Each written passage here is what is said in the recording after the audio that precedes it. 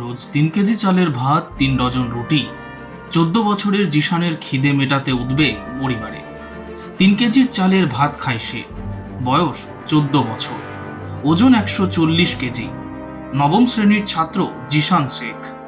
আর বাড়ির ছেলের এই খিদে মেটাতে হিমশিম পরিবার। কিন্তু কারণটা কি? আসলে এক বিরল রোগে আক্রান্ত কিশোর জিশান। বাবা মুনসাদ আলী পেশায় কাঠ মিলের শ্রমিক।